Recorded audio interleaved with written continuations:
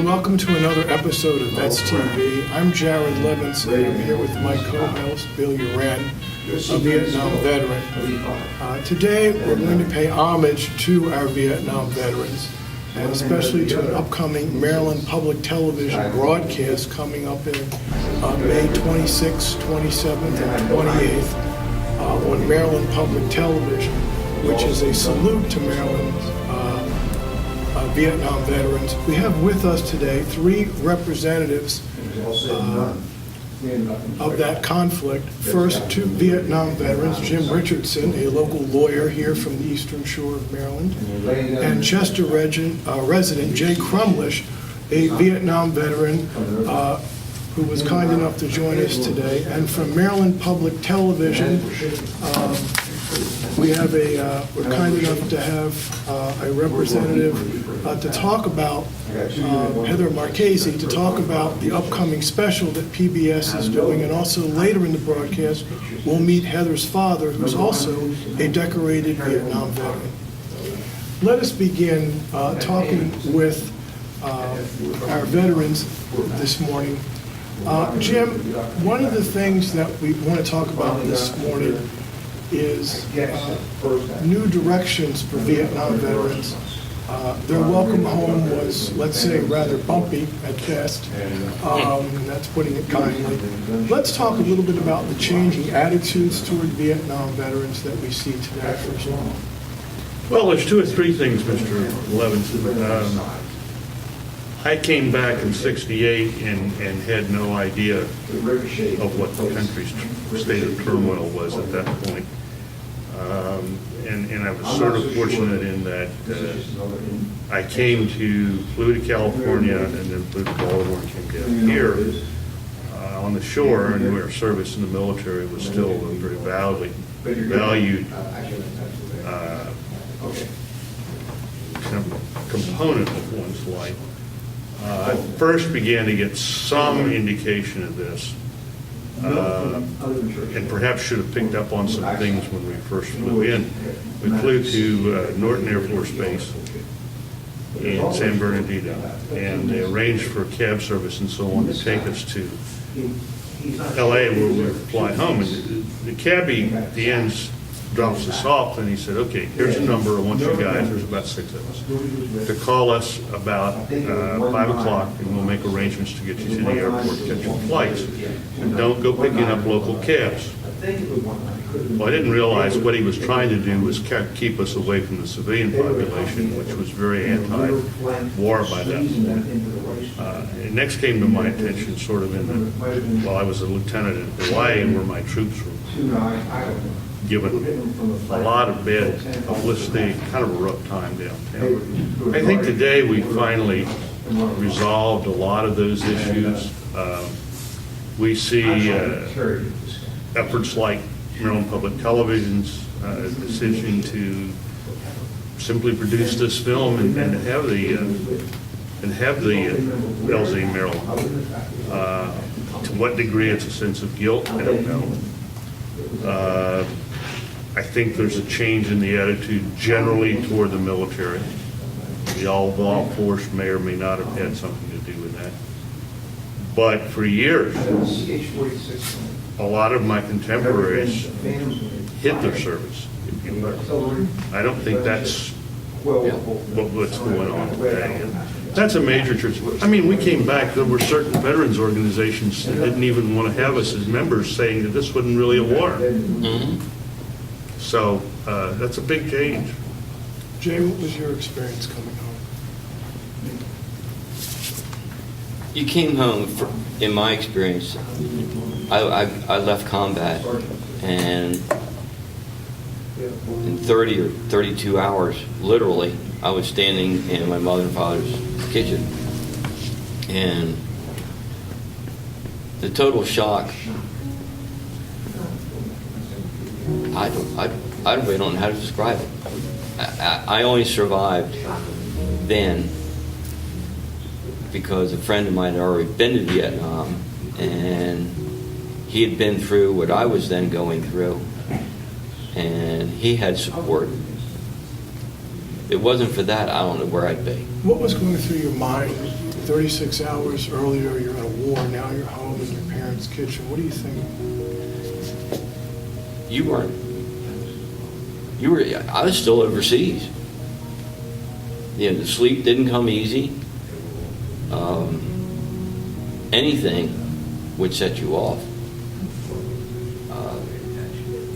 How did it set you off?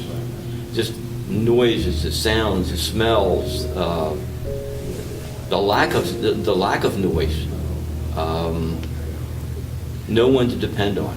You learned very quickly who you could depend on, what the reaction was going to be, what your reaction was going to be, and how were you going to stay out of trouble so that no one got hurt, wounded, God forbid, killed. That was your entire life. You came home, and all of a sudden it was a blank wall. It just did not. Supposedly it wasn't going to exist. It all went away. It didn't go away. How did that affect, how do you feel now looking back at this stage of your life, if you could sum up in some concrete way the impact that this experience, the time you spent, had on your life and your development as a person? There's positives and negatives to everything. Would I change my going to? I volunteered. Would I change that? No. Would I change the outcome of Vietnam? Absolutely.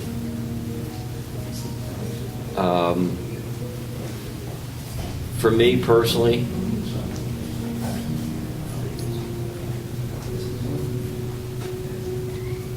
I'd like to think it made me a more compassionate person.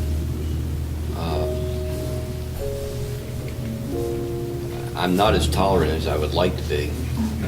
Are any of us? It would be very well true. I think my 3 sons would probably like to have killed their father several times, maybe more than several, but we managed to get through that, and I'd like to think that at least I have their respect. And I think that's really the whole thing that was lacking. We did a job that we were asked to do, and because of the draft, we did the job things were told to do. We did the very best we could do it, and the only thing we really wanted was some respect. And that didn't happen. You applied for jobs. If you'd been in Vietnam, you were in trouble. I finally took it off my resume. I finally took it off. Do you think that that's changed? Somewhat, not totally.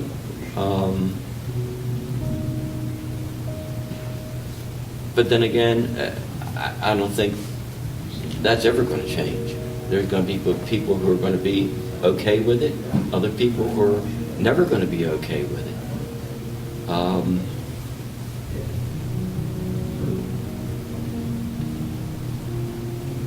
The changing mores across the entire world have just fogged everything. Just everything. And I think that the Vietnam vet, on average, is getting older now. And some of the younger generation are asking questions which we did not want to answer 15 years ago, Jim? I would say, yeah. Today we will answer them because we've learned how to do it with some semblance of compassion or understanding that even we didn't have at the time. It's just not easy to understand it. Combat is just not something that's easy to understand if you've never been there.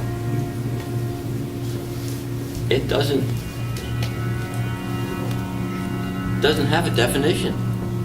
I don't know how Well, you I feel think that's obviously true. I was a company commander when I first arrived in Vietnam with the Bravo Company, 1st Battalion, 7th Marines, 1st Marine Division.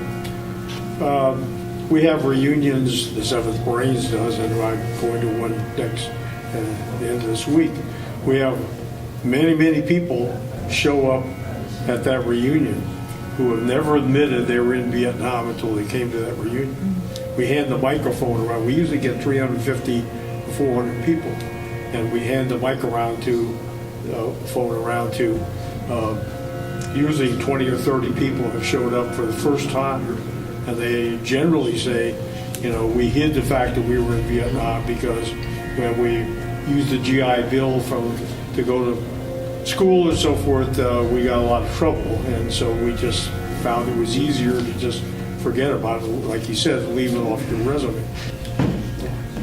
There was a song a few years ago that said the average age in World War II was 26 and the average age in Vietnam was 19. When I picked up a company in Vietnam, I was a senior captain, and I found that I was rated a dozen staff non-commissioned officers, which I had 3, and one was wounded shortly after I got there, and the other 2 went back to the world, and which meant going home, and they had finished their time. I got 1 staff sergeant who was killed in Tet Offensive. So I had 19-year-old corporals who were just had 8 months in country and going through boot camp and infantry training regiment and running. And so prior to that, when I had first gone on active duty with the Marine Corps, going to Camp Pendleton, picking up my first rifle platoon, I had 2 of my 3 squad leaders were Korean vets. Both the right guide and my platoon sergeant were Korean vets. The gunnery sergeant was not only a Korean vet, and he and the first sergeant were not only Korean vets, but they were also World War II vets. We didn't have those experienced people in Vietnam, at least in the Marine Corps. The Marine Corps had to commission a lot of its staff NCOs, and the Marine Corps had 3 or 4 times as many people in country as they had in Korea. They only had 1 division reinforced in Korea. So I think the other problem is that most people in the United States lost sight of what Vietnam was. Vietnam was just simply part of the Cold War. If you look at the whole spectrum of things, there was the Berlin airlift and the other things that went on with that. There was then the Korean War for us, where we lost another 58,000 people. There was then, things that went on in Hungary. There was then Berlin. There was the Cuban Missile Crisis. All these things were all part of the Cold War. But people picked up Vietnam, and all of a sudden it became a package of its own, and people had lost track of it. It's interesting to think, and I think it's important, especially in this Maryland television program that's coming out. Vietnam is the last draft war. After Vietnam, we've gone into the, professional volunteer army, and so when I go to reunions, as over many of the people that I see in the Marine Corps, they were drafted, but they said, well, I don't really want to go in the Army, so I'll go in the Marine Corps. But they only served 18 months in the Marine Corps. The Marine Corps actually put more people through Vietnam than we did through the Second World War, and the Marine Corps grew to 500,000 people in the Second World War. And we actually took more casualties than in the Second World War. And the reason is we were in combat constantly in Vietnam. There wasn't an island operation, and then you stopped and went back and refitted. Teruel only lasted 3 days, actually. And Iwo Jima, which was a terrible battle, it cost 5,000 or 6,000 Marine deaths, was 30 days. And then those people were taken out. Vietnam went on for years, so it was a different operation. But most everybody that came back from Vietnam felt the pressure of we were not the public was not happy with us. And so, we felt the brunt of that. I personally, did not for other reasons, but most of the troops that came back were faced with that problem. And it was a very serious problem, and there was very little, if any, help for anybody. Well, one of the big things, we came home and we had done a job overseas as well here in the United States. And then all of a sudden we come home and we're told we're not qualified to do the job that we were doing overseas. Getting a job was a problem, number one. But number two, if you get a job in your own chosen world, I mean, guys were driving tanks and APCs. They could be heavy equipment operators and stuff like that. Here they're running around a tank that costs, $500,000, $750,000, and they're told they're not allowed to drive a bulldozer. In my case, I was, as a combat medic, I was told the best job I could get in the medical world was driving an ambulance. I couldn't even be an attendant on the ambulance. That made no sense at all. I was doing suturing, there was minor surgery. Hell, I worked on gentlemen like him, and I wouldn't but be here I was for worthless. Navy corpsmen and doctors and nurses and people like that who were willing to be in Vietnam or be on the chain on the way home or be at home. I mean, it's amazing what medical people were able to do during the Vietnam War. It's improved now even more, but a lot of the improvements were because of what was done in Vietnam. So, but again, most of the guys that came home were faced with not only a problem of the mental problems and pressure from people who didn't, when guys came home from World War II, everybody patted them on the back. I'll be real frank though, I was in college when the Korean vets came home, and there was not a whole lot of They weren't well patting them back on the back either. They were 99% of those guys were draftees and went to Korea. Most people didn't even know where Korea was in 1950. And to be real frank, when I was in college with them, many of those people were not treated real well either. It wasn't like I was a kid, but old enough to know what was going on. And when World War II ended, those guys were, everybody loved them. But Korea was shaky because it came so fast, and then right on the heels of Korea, Vietnam kicked in, and that just added insult to injury. Jay, let me ask you, I don't mean to interrupt, but when you said that you had a hard time getting a job as a medic or as an attendant on the ambulance, was that a criticism of the training you'd had, or was it because you were in Vietnam? No. At the training today is dramatically different from when I received. In my case, I was very fortunate. I did not leave Fort Sam to get my AIT training. I did not go directly to combat. I spent 8, 9, 7 months, whatever the hell it was, at Fort Bragg, North Carolina, at Womack. And the doctors there were very kind to me. They knew I wanted to learn. They were willing to teach me. I taught how to suture, do cricothyrotomies, do minor surgery, deliver babies, etc., etc. Learn my pharmacology, giving the pills out and stuff like that. When I and there was I won't go into it. There's one patient I had who was the prime reason that I volunteered to go to Vietnam, because I was told you're not going anywhere. You're staying here. Well, I volunteered because of one patient. He got sent, and I was a leg up, but I was also behind the curve, because at 24 years of age, I was an old man, and I just hope I didn't hurt anybody or cause permanent damage to someone who I worked on, because I never saw the efforts of my work. I always got rid of them. I sent them in helicopters, trucks, whatever. I got rid of them, and so I don't know what happened.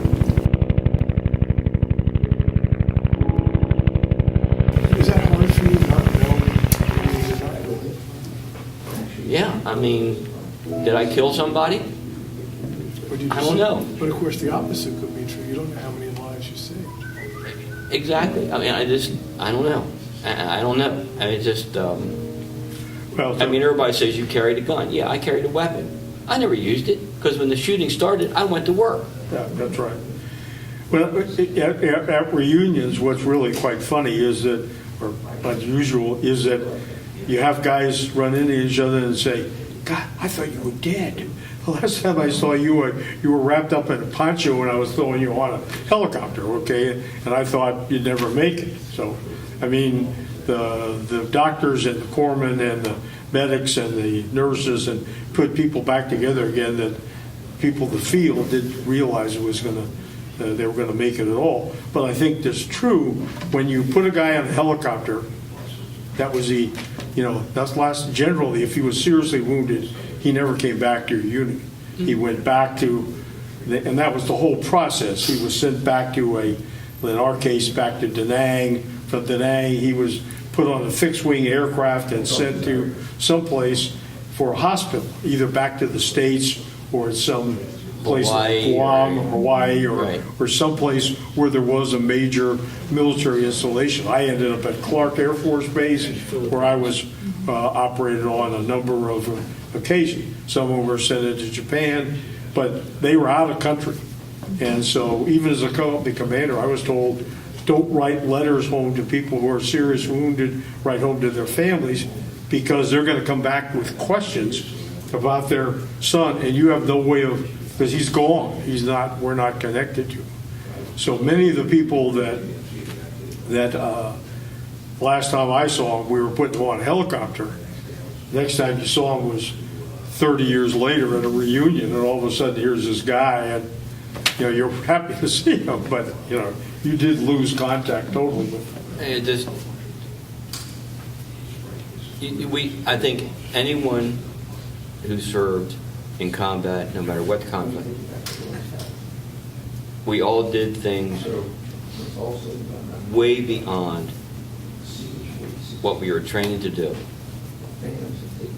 In my personal case, I did things I should have never been allowed to do, but I did them.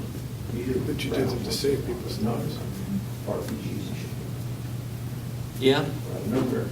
But the thing is, you not only worked on, in my case, I not only worked on Americans, I worked on the ARVNs, but I also worked on NVA, VC, and the local people. It didn't matter who came in front of me. If they were in trouble and I had the ability to try to help them, I did it. And any, corpsman, medic did the same thing. Yeah, I think that's an important point. I think because of the Calais incident, people got the impression that we were the bad guys. And the problem is my Marines and my Navy corpsmen, Marines have Navy corpsmen, and my doctors, like when I had a company and there was a main supply route that went by and buses of Vietnamese civilians went by, and they blew up mines, command detonated mines on their own buses or killed their own people for whatever reason they had. Our doctors, our corpsmen, we didn't have nurses in the field, but they worked on them later when they got back to the hospital. They worked on whoever was wounded, whether they were NVA, Viet Cong, didn't make any difference, local civilians, little kids. I mean, it was terrible going to these buses that were blown up with mothers with babies and that kind of stuff. Those corpsmen came right in there and worked right away, and they were put on helicopters, and we worked to try to save those people. We were not, killing these local civilians. We tried very carefully to make sure we weren't shooting into places that there were civilians. So there were very clear rules of engagement that we were involved with. And so anybody who thinks that we just indiscriminately shot at people is just kidding themselves, because that's not what was done. And anybody that thinks we just left them laying there someplace is wrong. We took care of everybody. like he was saying, everybody that was wounded got as much help as we could give them. Now, that help might not be perfect. As he was pointing out, he was a little reluctant that the American Medical Association may not approve of what he was doing, but we did the very best that we Definitely not. very best that we could. I mean, sometimes when I remember one night when our battalion got hit, or headquarters got hit real hard, and we had, wounded people all over the place, Not only was the corpsman working on and the doctor, but the dentist was right in there working, bandaging people up and so forth and so on, and everybody else was. So, we did everything we possibly could, and anybody that thinks we just left people laying around is wrong, okay? That's all I got to say on that. Heather, let me ask you, because your dad served in Vietnam, we're talking about what it was like when veterans came home and the lingering problems. Could you talk about that issue a little bit from the perspective of the child of a veteran? Of the daughter of a veteran. So I was born at the end of the Vietnam War, and I grew up knowing that my dad was different than the other dads, right? I knew that he had been to war, that he was wounded in war. I could see the scar on his arm. And, I think it took some time for my father to, and I'm sure he'll talk about it too, but it took some time for, some serious time for him to reacclimate and reacclimatize to being a civilian again. He, like these gentlemen, he volunteered to be in the Marine Corps. He very much believed in his duty to serve his country. And, he wasn't like the other dads and the other parents that I grew up with who were, by and large, protesters of the Vietnam War. So, as the daughter of a Marine, I was always aware of that. But I was always extremely proud of my dad. I knew I came from a family that had a long military history. My grandfather served in the Navy in World War II. My two great uncles served in the Air Force and in the Army. I had an aunt who was in the U.S. Air Force and worked as a nurse. So there was an established family history, and so if it wasn't popular, that was an important lesson for me to learn as a kid. It didn't matter; it was the right thing to do. So that superseded popularity. How did it affect you to watch your dad go through that process? Sometimes it was difficult. Sometimes, oftentimes when I was very young, I didn't really understand.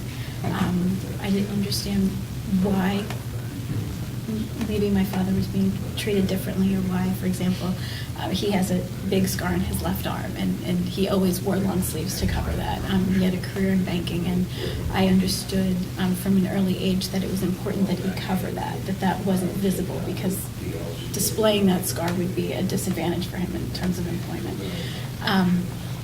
And so he had to keep that covered. So that was, those were things that I was aware of. But it was also, he was a great example of being able to stand up and be proud. He was very active in the Elks Club. He did tremendous work when I was a child, and I remember very clearly his work helping other Vietnam vets get their Purple Heart, and embracing the pride of having done your duty and having done your service, and bringing people together around that. So that was a tremendous role model for me in that way.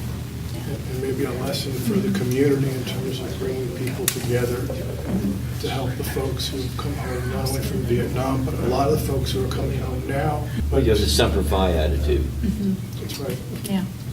That's what it comes down to. Yeah.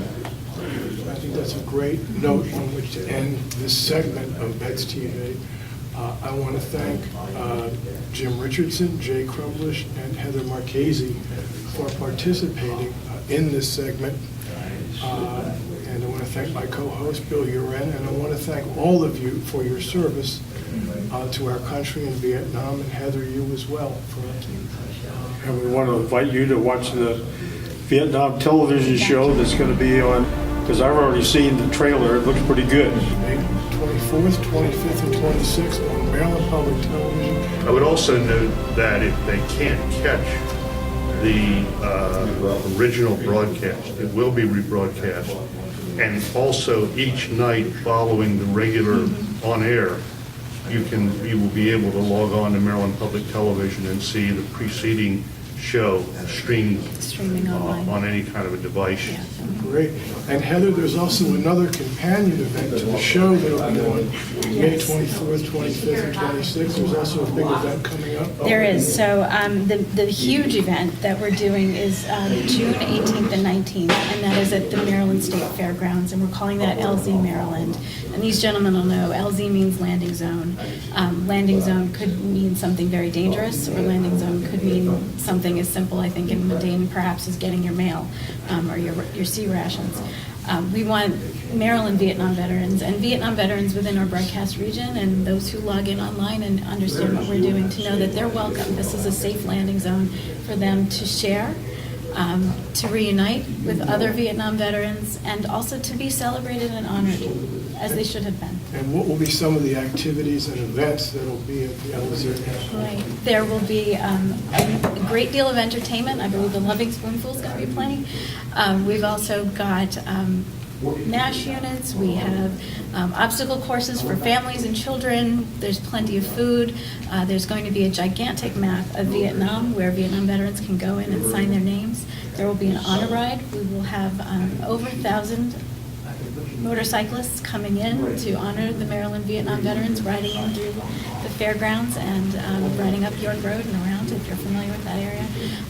It's going to be 2 days of a lot of celebration and honoring our Vietnam I want to veterans. thank again all three of you for coming in today. And Bill, thank you again for being my co-host. I'm Jared Levinson, and thank you for watching this episode of VETS TV on MCTV in Eastern Maryland. Thank you.